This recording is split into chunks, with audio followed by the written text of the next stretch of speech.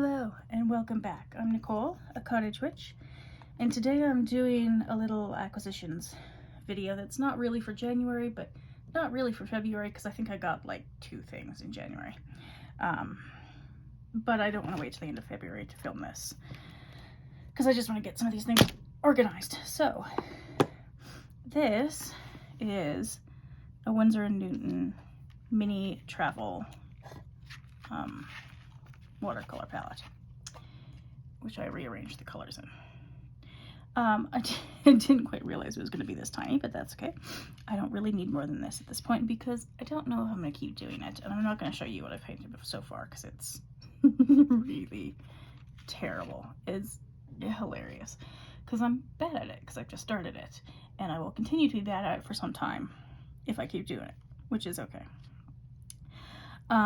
So that's been fun. So it just comes with these 12 colors. I cut this off the box just so I could keep the names of the colors because they all have specific names. And really, I only wanted something with 2 yellows, 2 reds, 2 whites, and maybe a darker. I think that's a gray or a black or something. No, is that a gray? Yeah, there's a gray. That's a purple, and that must be the gray. Anyway, oh yeah, and then 2 different browns. Because really you can mix, because I've used acrylics before a little bit. I'm very bad at those too, but you can mix all the colors from those ones that you need. So I got that, and apparently it does not go together that way. This is also, by the way, a teeny tiny paintbrush that I have not used yet because it's tiny, and I've got some bigger ones. The ones I've got are acrylic brushes, but just for my purposes, I'm not really good enough to need anything else anyway, so. And then this goes on top and keeps it all together. So that's cute. This hook is useless because it just pops off, but it's a cute little case. I've been enjoying playing with that. The other thing I got, partly for this, is washi tape, which I've never gotten before. And it's not strong enough to hold down watercolor paper, but it's strong enough to be put down on paper if you want to block something off. And it's less, because it's less sticky than painter's tape, it's less likely to pull the paper up when you take it off. So I got some of those, and they're all cute little like floral patterns and stuff. So yeah, that's from, who's it from?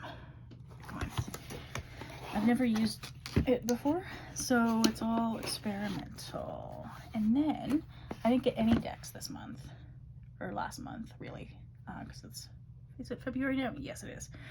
But I did get books. So I'd already had a couple of these books. I'd had Hope, and I'd had Sharahan's something or other. Sharahan is the woman's name. I'd had these 2 books already. And I didn't do much in the way of reading. Well, I didn't do any language learning for the first like 3 weeks of January. But then in the last week and into February, I've been doing a lot. So I've read through these several times, and they come with audio, which I've saved into Dropbox because the website is ridiculous. But the books are pretty good. They do have the occasional like spelling mistakes. I think it's an independent publisher that's just printed on Amazon or something. Yeah. So it's a small publisher, but they've done actually quite a few books, and you can get them, I think they're about 30 stories, and you can get them in Modern Standard Arabic, which is what I've done, or Egyptian, or Levantine, or Gulf Arabic, or Moroccan Arabic, I think. Can you get it in Gulf Arabic? I might have made that up. But you can get all the rest, and it's pretty cool. It's, each story is about half an hour, slightly less, usually. It says B1 to B2. It's a harder level than I am at. But it's got the English on one side and then the Arabic on the other, and it's got the vowel diacritics written in, which is handy because it would be very difficult otherwise. And then at the back, they've got just the Arabic without the diacritics. So that's cool. So I really enjoyed these 2. So I got a few more. This one is twice as long. It's about an hour long. And then these 4, and there are a variety of stories set in different Arab countries. Like this is Egypt, this is Jordan, this is also Egypt, This is Gaza. And I think this might be Jordan too, but I can't remember. Anyway, there's a range, which is pretty cool. And in this one, I started making myself some notes, a few pronunciation notes, and then some translation notes for words I didn't know, which, as you can see, is like half of them. So really, it's quite above my level, but the things that are at my level are really boring, and I don't like them. And I like these, so I've been working on them. Then I got this book, which is, I've been starting to read through it. It's the lessons so far. I've just read, basically, I've read the lessons, made sure I understand all the words, which I have so far, because they're very easy, and then read some of the grammatical notes. And I'm at the beginning of the book so far, so it's all very easy beginner French stuff. So what I'm really looking forward to is, I'll just skim through some of those, but then later in the book, you get more and more notes on different grammar and things, and different, yeah, just the way different things are done. And so that's what I mostly got it for, because I'm at the point where I understand not a lot of French necessarily, but enough that when I'm looking at these grammatical rules, I know the words that go with them. Because I find when you just look at grammar but don't know any of the words yet, you can't make sense of the patterns that they're talking about. But once you know enough of the language, you kind of got an idea of what patterns are probably there, and then you can read the rules about the patterns, and it makes more sense. At least to me it does. So anyway, got that. And then I got some books for the Middle East and North Africa challenge. So this is a Tunisian author. This is a Fierce Liberty. She's a feminist. So this is nonfiction. And I don't really know anything about these three because I haven't read them yet. Where Dreams Come True. I think this is Tajik. Yeah, Tajikistan. It's a bilingual book in English and Russian. Unfortunately, not in Tajiki, but it's in Russian. So, you know, I don't know that I'll ever learn that, but it's kind of cool. Anyway, it's a very short story, but I've never read a book by a Tajiki woman either. And then this is a Qatari woman, The Girl Who Filled the Earth, and I've heard of this book before, for years. It's been out for several years, I think. I can't remember when it was written, but it's not new. Yeah, 2012, so 12 years. But it sounds, I mean, it's got a blurb by some interesting folks, and it sounds intriguing. And I'm interested in books by women so these are all by women from Qatar, from Tajikistan, and from Tunisia. So yeah, that'll be cool. And then this was $25 on Amazon, which never happens.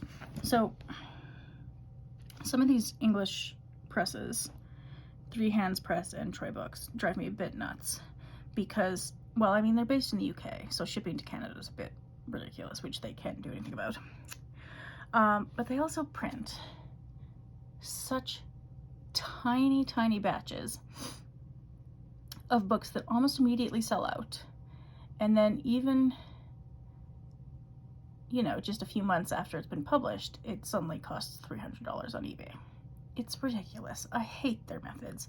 And there are like really small presses in Canada that behave in more sensible and less exclusionary ways than this. It's just, some of their methods are like, so you have the exclusive, you know, one of a run of 27 books or something ridiculous.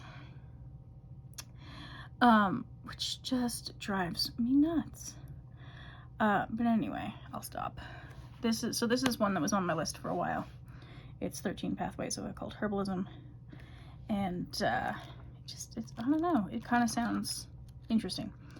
But there's no earthly way I was ever gonna pay, you know, $200, especially because it's so little. So that was cheap on Amazon Canada at the moment, which was lovely. Then I got Walking the Twilight Path, a gothic book of the dead, which I sort of have meant to read this winter, but I don't know if I'll get to it, if I'm being honest, because time is a factor. I don't have enough of it. But it does seem to be just a sort of general cross-cultural discussion of death, and what it's meant for different people around the world, so that's kind of cool. Let's see. Yeah. So, part 1, Approaching the Threshold. Oh, it's got journal exercises and meditations. That's cool.